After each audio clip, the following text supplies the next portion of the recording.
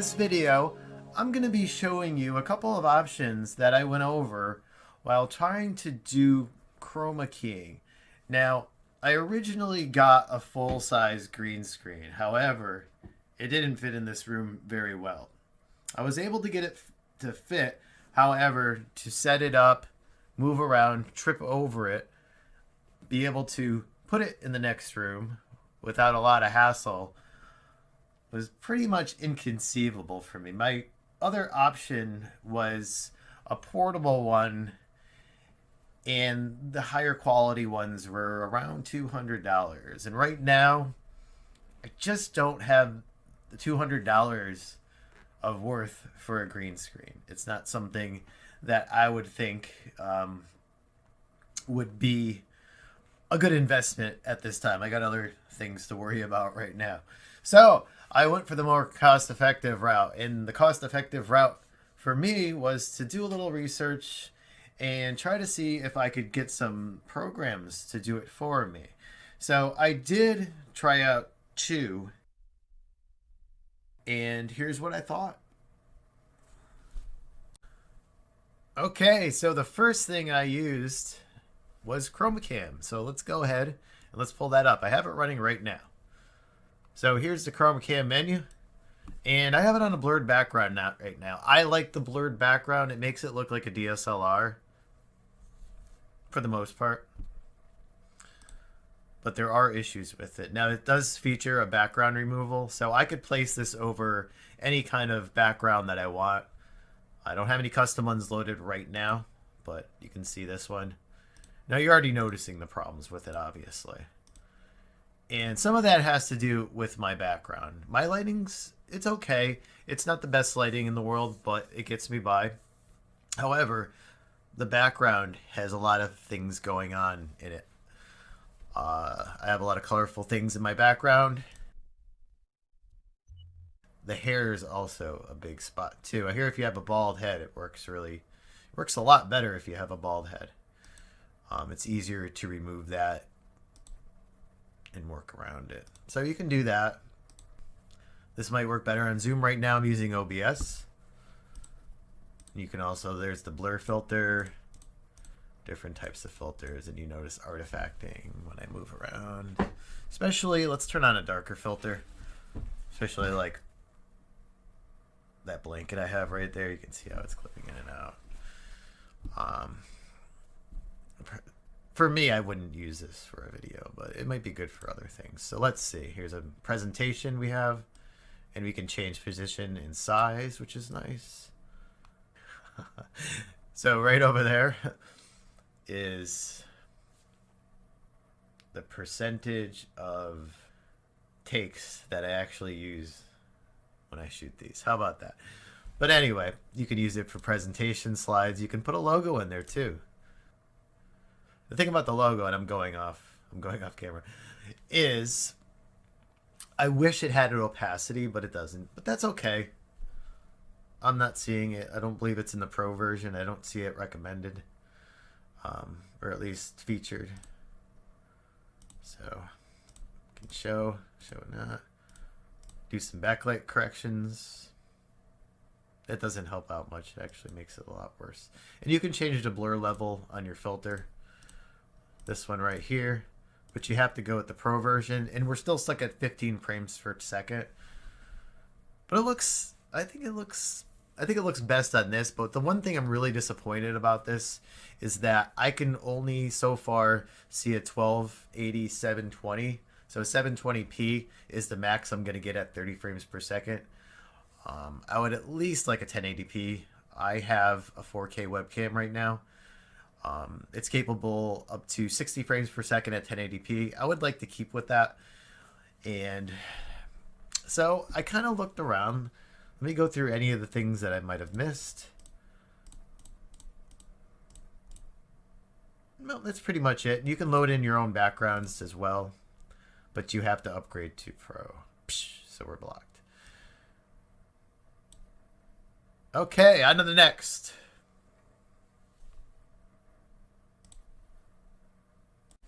All right, for number 2, we have Xsplit Vcam. Now, I've heard a lot of good things online about this. I heard it's either comparable or better than ChromaCam.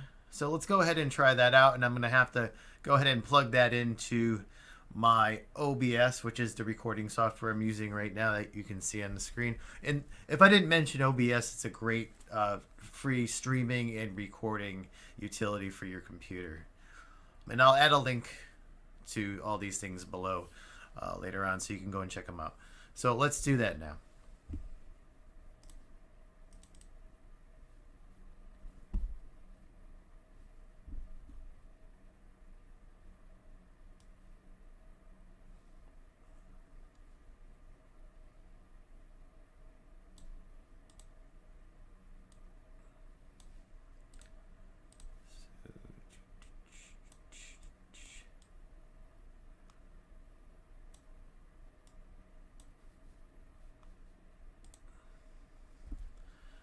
Okay, so let's do display video capture device, and let's get off of ChromaCam.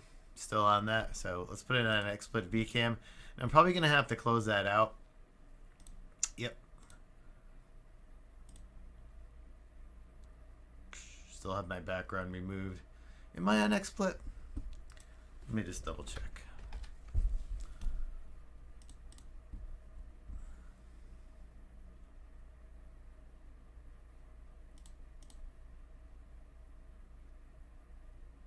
Seems I'm going through XSplit. So let's try that out right now. Yep. And this is it has the default background removal on right now.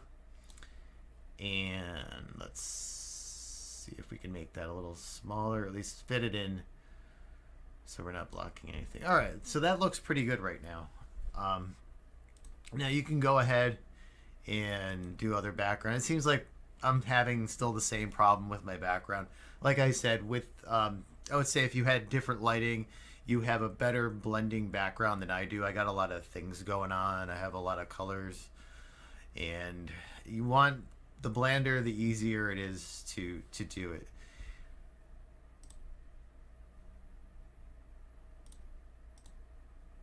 This one's a lot, in my opinion, this one for me is a lot better than ChromaCam. This is working out so far. It's working out a lot better, and I like it. Not sure if I would use it yet. I personally don't particularly care for backgrounds too much. Surprised. It is kind of surprising because I like making them, but just because of the way they look. So it looks like, wow, it looks like I have a like a nice, beautiful model home right now. This is where I live, everybody.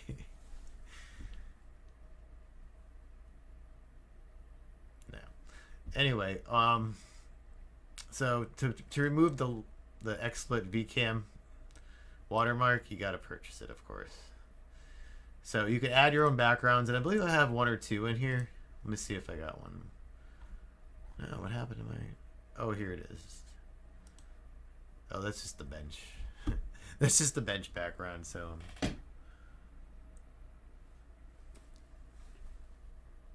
That's the only one I have right now. But you can do it with any other things. And that's just my desktop background, but I loaded it in. So... Let's go back.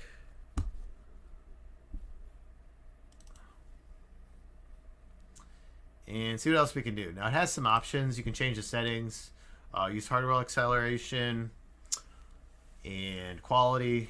I always go with high quality. Not always the highest because sometimes it takes up a real lot of space, and it's not always easy to upload stuff like that. Always 30 frames per second, adaptive filter, enable HD. Let's do that. Does that do anything for me? Okay. And I can remove the chair as well, so I don't have a chair anymore. There it is again. It'll pop in and out. A lot of this stuff does pop in and out on my background. It's not really the greatest thing for me. And you can do the blurring thing again too. And I can even go back and go to my original background. You don't really have to pay for it to get the background blurring settings like ChromaCam. you can go ahead in that and see how it works for you. And if you really want to hide what's going on in the background, this is probably a good option. But for me, it doesn't work. I like something realistic, and I know that it's not a realistic look. Like, I would say right here would be pushing it a little bit. At 13, let's go up to like 20. It's starting to look fake to me.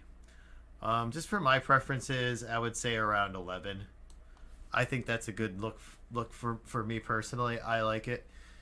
I don't want it blurred too much so it looks kind of surreal, but I want it to look more natural. Maybe I could go up just a little bit, but your preference you know really depends on what you're looking for, what you're looking to get out of it. And I think this works pretty well, actually. I think it works a lot better than ChromaCam in my opinion on my system. Yeah, I mean, you see the difference yourself if you watched earlier and watched a ChromaCam. I'm not getting a whole lot of I'm getting a little bit of artifacting. It's a lot harder to notice it on the background blur, but it still is there. Than like this, just because there's a big contrast between these. So let's go back, and I can probably like the Starry Night blanket right there. That's still not the best, you know. If I was really doing this seriously, I would go ahead and remove that because it's not working out. But anyway, I really like this one. I haven't purchased this one yet, but you know, it's still something for me to consider. But if you're doing this type of stuff, this is actually it's looking like a really good program for what I've seen and what I've heard. So I'm liking it. Not sure right now if I'm going to use it, but let's go to one last fun one and then we'll call it. All right. Last and probably the least serious one out of this is something I came across called Snap Camera. Now, I'm probably pretty convinced that this is a phone app as well. I haven't double checked on that, but it kind of looks like it. But I came across it when I was doing research, and it has some fun stuff to add on. I'm using a filter right now, like a grain filter, whatever that is, Grinch.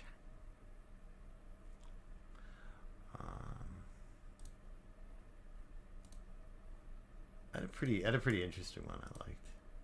Oh, the butterfly one.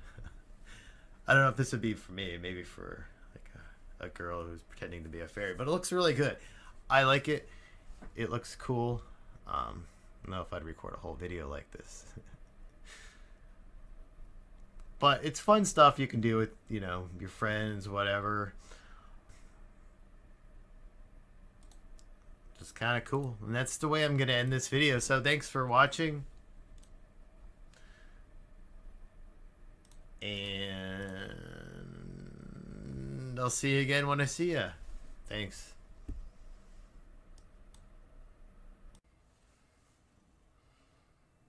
So what do you think? Do you like this one? Hmm?